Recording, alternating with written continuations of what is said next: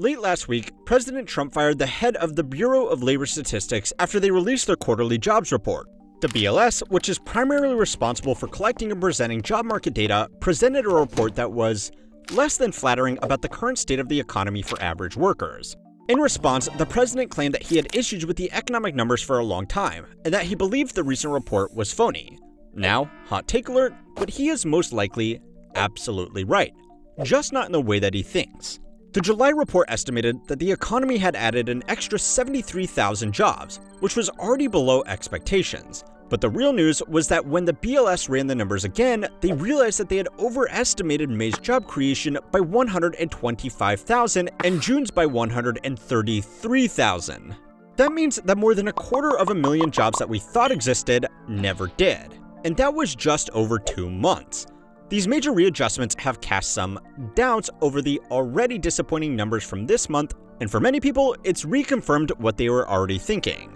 The economy is a lot worse than the numbers are telling us.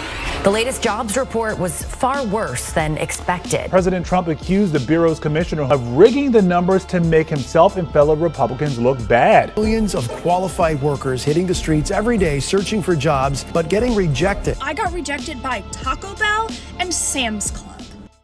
Making economic policy or business decisions without reliable data is like trying to fly a plane without reliable instruments. It's just not going to work. By their own admission, the Bureau of Labor Statistics and other government agencies in charge of collecting data have produced less reliable numbers over recent years, and it's only getting worse. A week before releasing the controversial jobs report, the Bureau made another press release talking about major compromises they were making in the collection of consumer prices. This data is used to make the Consumer Price Index, which is what they use to measure inflation, so it's kind of important. To make matters worse, everybody from politicians to venture capitalists have started jumping in to provide solutions to a problem they really don't understand. But there are 3 big reasons why these compromises are being made in the first place, and 3 reasons why it's probably only going to get worse. The first reason is that markets are changing faster than ever, and traditional agencies are struggling to keep up with new economic realities. For example, the jobs report that is suddenly stirring up so much controversy is really 2 different surveys: the Establishment Survey and the Household Survey. The Establishment Survey is what was getting so much attention, and it works by asking thousands of businesses and government agencies how many people they have on their payroll for that month. Now, these surveyed businesses supposedly include small, medium, and large employers, but this already presents some challenges. Large employers are more likely to have dedicated human resource departments that can respond to these surveys as part of their full-time job, whereas small businesses on average aren't as timely if they bother doing it at all. The actual survey only takes about 20 minutes, and for a lot of larger companies, it's built in automatically to their payroll software. But for a small business owner already putting in long weeks, a 20-minute survey on payroll statistics often isn't the best use of their time. Even if they do respond to this completely optional survey, it's usually not until after the report has already been published. According to the Bureau themselves, they have been publishing recent reports with as little as 55% of the total eventual collected data, and it's only getting worse every year. To account for this difference, the BLS uses imputed data, which is just a nice way of saying guessing based on previous results. If they are still waiting on lots of small businesses to provide their data, they will look at what small businesses have said in the past compared to large businesses that have already provided their responses and use that to make their report. As any good finance bro will tell you, past performance is always the best predictor of future results. Now, hopefully you all know I am joking, but this system is normally good enough for most months. But the times where this strategy really suffers is during periods of rapid change. Small businesses feel the impacts of bad economic conditions faster and are normally the first to either let go of staff or go out of business completely. So, if reports are only using data from big businesses and then guesstimating the rest, then they won't notice these job losses until they have to go back and do revisions, like what is happening right now. Now, this has been the case since the survey was first conducted. Not to sound too alarmist, but these massive downward revisions were last consistently seen during the run-up to the global financial crisis. But what's changing now is that smaller businesses are just responding less overall, and there are a lot more of them. The rate of new business creation has increased massively since the pandemic. In the past, these were normally real businesses that had a good chance of creating real jobs for real people, and we are still imputing economic data based on that old assumption. When really, what most of these new businesses actually represent is people registering for their side hustle as an Uber driver in the gig economy. This not only goes a long way to explaining declining survey response rates because your average person driving Uber isn't going to fill out a BLS survey, but it also creates two bigger problems. The first is that it overestimates real job creation based on outdated assumptions. And the second is that even if this data was accurate, it doesn't capture a more pressing reality.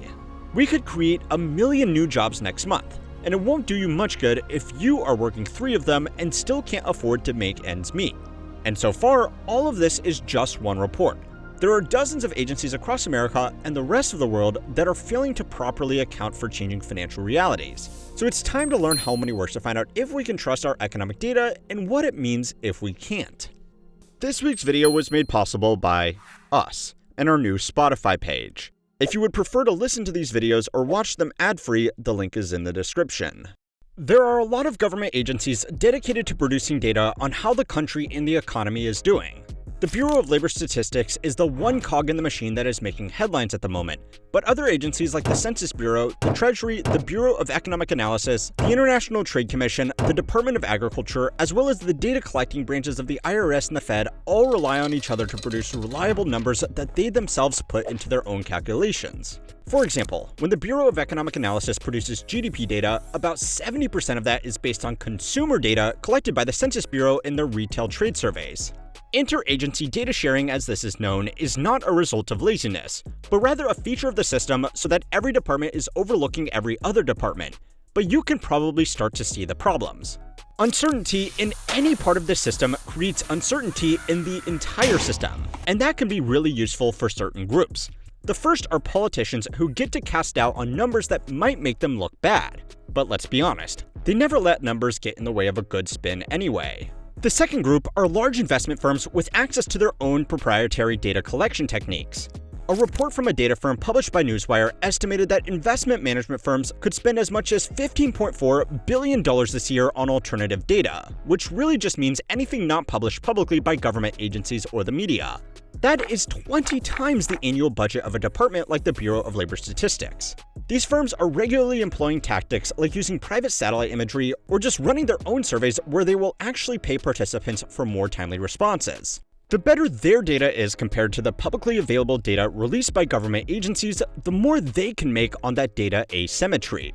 Now, you might think this sounds a little bit like insider trading, but it's not.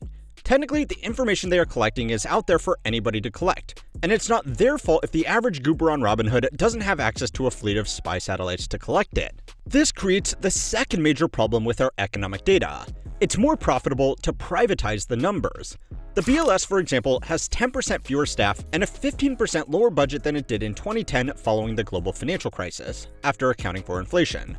Now, that doesn't sound terrible, but the scope of its operation has also grown considerably in that time, making its job a lot harder overall.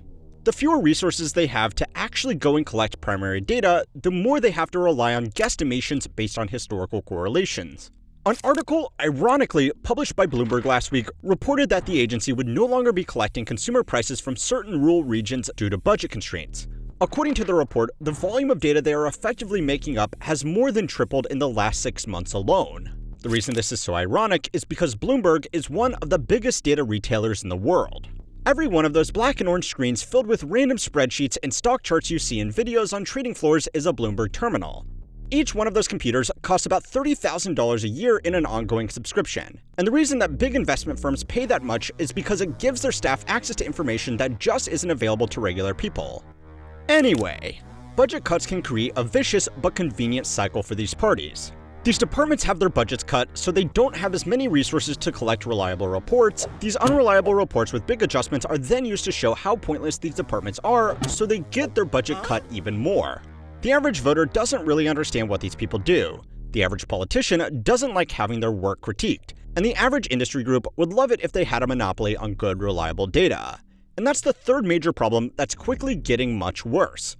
Even if these numbers were absolutely flawless, are they even relevant anymore? There are lies, damn lies, and then there are statistics. It's a quote so old that nobody even knows who originally came up with it anymore. But it's remained relevant for hundreds of years. A survey that I ran on all of you while I was putting this video together found that an overwhelming majority did not think that current economic statistics were an accurate reflection of the real economy. Most people who are paying any attention to these numbers while still living in the real world inherently understand this. The idea that what is causing this disconnect is a secretive group of statisticians plotting away behind the scenes to make politicians look bad is frankly pretty dumb. But there is actually an element of truth in it. A report by Cambridge University found that as we have become more politically polarized and less likely to answer surveys, only the most partisan among us actually bother responding to be counted in the data. A business owner who supports a party currently in power is much less likely to respond to a survey with negative economic implications, and they are much more likely to respond if they have good news to share, like having hired new staff.